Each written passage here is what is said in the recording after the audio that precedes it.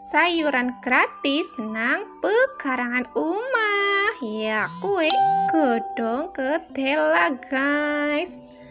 Ana juga sing ngarani kluban, daun singkong, lah karep-karepe Rika terserah ngono. Nek kinyong yang ngarani ini kadang kluban, kadang godhong ketela karet ya guys. Anu dhuwur dadi kudu tak tiungen iki guys, gue dhuwur banget kan? Lah godhong ketela niku ambak-ambak temen mbak. Lah ya iya, iki godhong ketela karet guys. Ambak-ambak, tenang-tenang. Pada bayi rasane kayak godhong ketela biasa guys. Ya enak lah, lagi gimana gitu.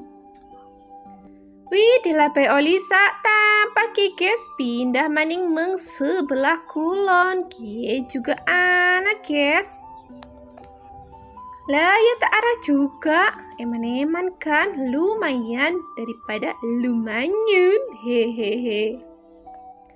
Nenang pasar gitu kula ya ora 5.000 guys. Wong anu ngeredewek ya dadi gratis tis-tis.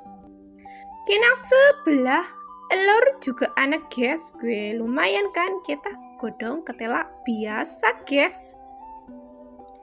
Nah wetane juga ana maning guys, wih lumayan ya guys, sidik-sidik dadi akeh nek dikumpulena. Rezeki rak melulu tentang duit, panen godhong ketela nang pekarangan omah juga rezeki.